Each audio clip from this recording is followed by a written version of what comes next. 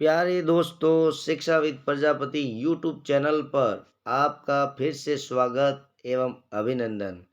हम पढ़ रहे थे राजस्थान के अंदर लोक देवता और एक वीडियो हमने पढ़ लिया था। एक लोक देवता के बारे में हमने जान लिया था, वो थे हमारे लोक देवता गुग्गा जी के बारे में। आज हम डिस्कशन करने वाले हैं पाबूजी राठौड़ के बारे में। कौन से लोक देवता के बारे में पढ़ेंगे? पाबूजी राठौड़। और लोक देवता के बारे में मैंने आपको एक कहावत भी बताई थी, पाबू हड़बू रामदे मांगलिया मेहा, पांचों पीर पधार जो गोगा जी जहाँ। ये लोक देवता जो पांचों लोक देवता जिसे पंच पीर के नाम से जाना जाता है। और आज हम इस वीडियो के माध्यम से दूसरे नंबर के जो लोक देवता हमारे आ रहे हैं वो है पाबूजी राठौड़। आपको एक बार ही इस वीडियो को ध्यान से समझना है और हो सके तो आपकी नोटबुक में नोट्स के रूप में बना देना।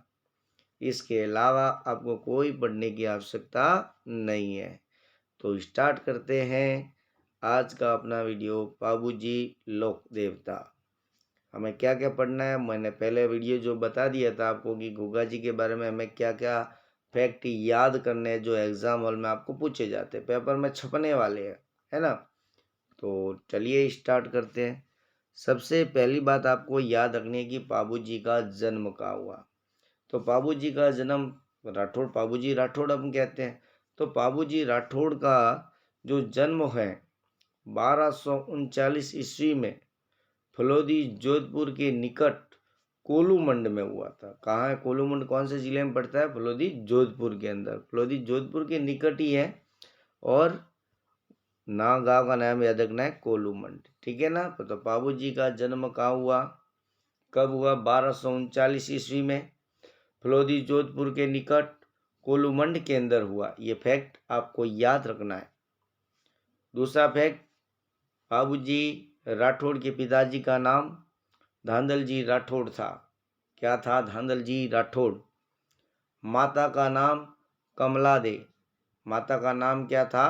कमला दे, ठीक है ना। बात करते हैं शादी की घटना।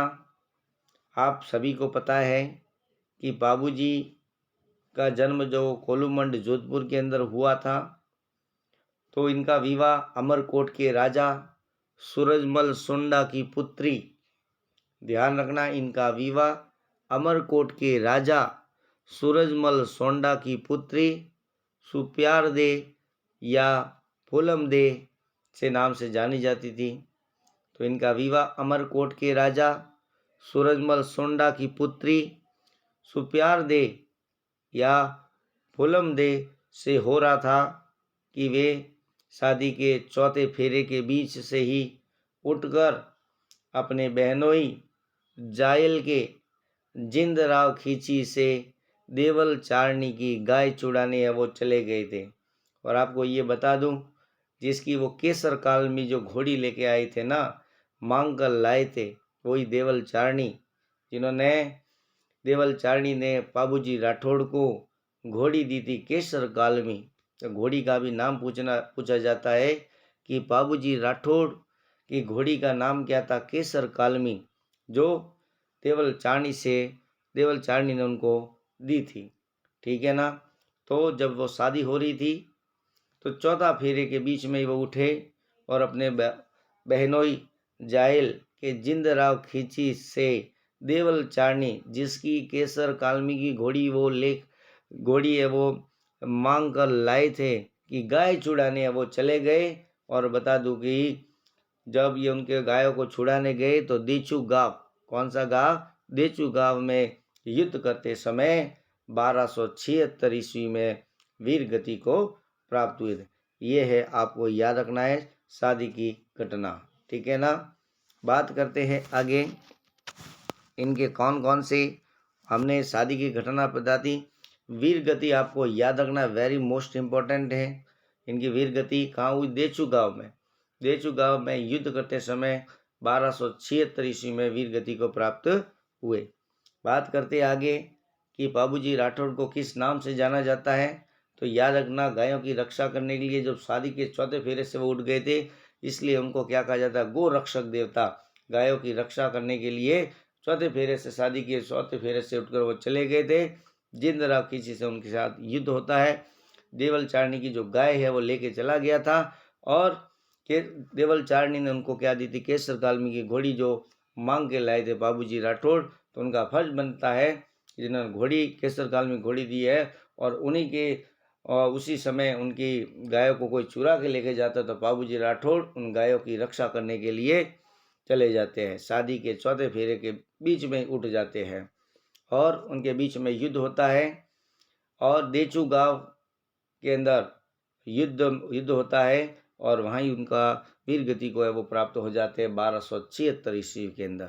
ठीक है, तो गोरक्षक देवता माना जाता है क्योंकि गाय को बचाने के लिए उन्होंने युद्ध किया और देचू गांव के अंदर उनका वीर गति को उनको प्राप्त हुई थी। बात करते हैं प्लेग रक्षक भी उनको कहा जाता है। और तीसरा है ऊंटों के देवता। ये 3 नाम याद रखने हैं उपनाम, गोरक्षक देवता, प्लेग रक्षक और ऊंटों के देवता। ठीक है, मारवाड़ में सर्वप्रथम ऊंट लाने का श्रेय बाबूजी राठौड़ को जाता है। समझ में आया होगा आपको। बात करते हैं आगे, हमने क्या पढ़ा, मारवाड़ में सर्वप्रथम ऊंट लाने का श्रेय बाबूजी राठौड़ को है। बाबूजी राठौड़, ठीक है, और रायका अर्थात रेबारी जाति के लोग इन्हें बाबूजी को आराध्य देव मानते हैं। बाबूजी राठौड़ के जो सहयोगी थे उनको ये नाम याद रखना है, चांदा, डेमा और हरमल, जो नायक जाति के, चांदा नायक, डेमा नायक और हरमल नायक। ठीक है, घोड़ी का नाम मैंने आपको बता दिया है पहले से ही, केसर काल में उनकी घोड़ी थी जो देवल चारणी से मांग कर लाए थे। भक्त, बाबूजी के जो भक्त होते हैं वो थाली नृत्य करते हैं। और एक उपनाम वेरी मोस्ट इम्पोर्टेंट याद रखना है कि बाईं और झुकी पाग, पाग कहते हैं पगड़ी। ठीक है ना, प्रश्न इस प्रकार से पूछा गया, काफ़ी इंपॉर्टेंट एग्जाम में पूछा गया है कई एग्जामों के अंदर। उस लोक देवता का नाम बताइए जो बाईं और झुकी पाग के लिए प्रसिद्ध है। तो याद रखना है बाबूजी राठौड़, अर्थात पगड़ी है ना उनके सिर के ऊपर जो बाईं और झुकी हुई है पगड़ी, वो कौन है, बाबूजी राठौड़। याद रखना है, बौद्ध चिन्ह इनका भाला होता है। क्लियर है। बात करते हैं इंपॉर्टेंट फैक्ट की, मैंने नोट लगा के लिखा है, आपको याद रखना है। ये दोनों नोट है, याद रखना। बाबूजी के पवाड़े, वेरी मोस्ट, बाबूजी के जो पवाड़े है वो कौन से वाद्य यंत्र से गाए जाते हैं, तो याद रखना माठ वाद्य यंत्र। कौन सा यंत्र, माठ वाद्य यंत्र। कौन गाते हैं, नायक जाति व रेबारी जाति के लोग है वो गाते हैं। बाबूजी के पवाड़े माठ वाद्य यंत्र के द्वारा नायक व रेबारी जाति के द्वारा गाए जाते हैं। समझ में आ गया होगा। दूसरा नोट मैंने लिखा है, बाबूजी की जो फड़ है, बाबूजी की फड़ बाछी जाती है जबकि बाबूजी के पवाड़े गाए जाते हैं। ठीक है ना, ये गाथा गीत है। ठीक है ना, बाबूजी के पवाड़े क्या है, आपके गाथा गीत है। ठीक है ना, तो बाबूजी के पवाड़े माठ वाद्य यंत्र के द्वारा किस जाति की, ये भी पूछा गया है और यंत्र का नाम भी पूछा हुआ है। तो बाबूजी के पवाड़े माठ वाद्य यंत्र द्वारा नायक व रेबारी जाति के द्वारा गाए जाते हैं। दूसरा नोट, बाबूजी की जो फड़ है, बाबूजी की फड़ बाछी जाती है। कौन सी जाति के लोग हैं वो बाबूजी की फड़ को बाछते हैं, तो याद रखना जो बाबूजी की फड़ है वो नायक जाति के भोपों के द्वारा बाछी जाती है। ठीक है, नायक जाति के भोपों द्वारा बाछी जाती है। कौन सी फड़ है, बाबूजी की फड़, याद रखना। उसके बाद कुछ ग्रंथ है उनके बारे में भी अपन देख लेते हैं। बाबू प्रकाश जो पुस्तक लिखी है, याद रखना मोर्ची आसिया जी ने लिखी है, और इस किताब के अंदर बाबूजी के जीवन चरित्र के बारे में उल्लेख किया गया है। दूसरे आपके कवि या रचिता जो कहते हैं मेहाजी बिट्टू, उन्होंने बाबूजी का छंद लिखा है। बाबूजी का छंद कई बार पूछा जाता है कि बाबूजी का छंद किसने लिखा, मेहाजी बिट्टू ने। ठीक है, उसके बाद में बाबूजीरा दोहा, बाबूजीरा दोहा लिखने वाले लघराज जी, कौन है, लघराज जी। और बाबू सोटा लिखा है रामनाथ कविया ने, और बाबूजी री बात लक्ष्मी कुमारी चुंडावत ने लिखी है। ये वीडियो आपके लिए काफ़ी इम्पोर्टेंट रहने वाला है। हम जल्दी से फास्ट रिवीजन कर लेते हैं। कई बार होता क्या है कि हम बहुत सारा तो पढ़ तो लेते हैं, लेकिन हमारा जो दिमाग है वो 1350 ग्राम का जो है वो कितना कैचअप करता है वो इम्पोर्टेंट रहता है। किताब के अंदर बहुत सारा विस्तृत दे रखा है।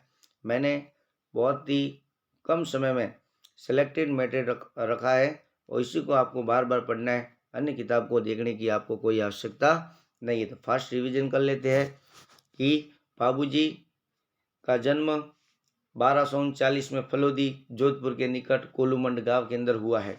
पिताजी का नाम धांधलजी राठौड़, माता का नाम कमला दे।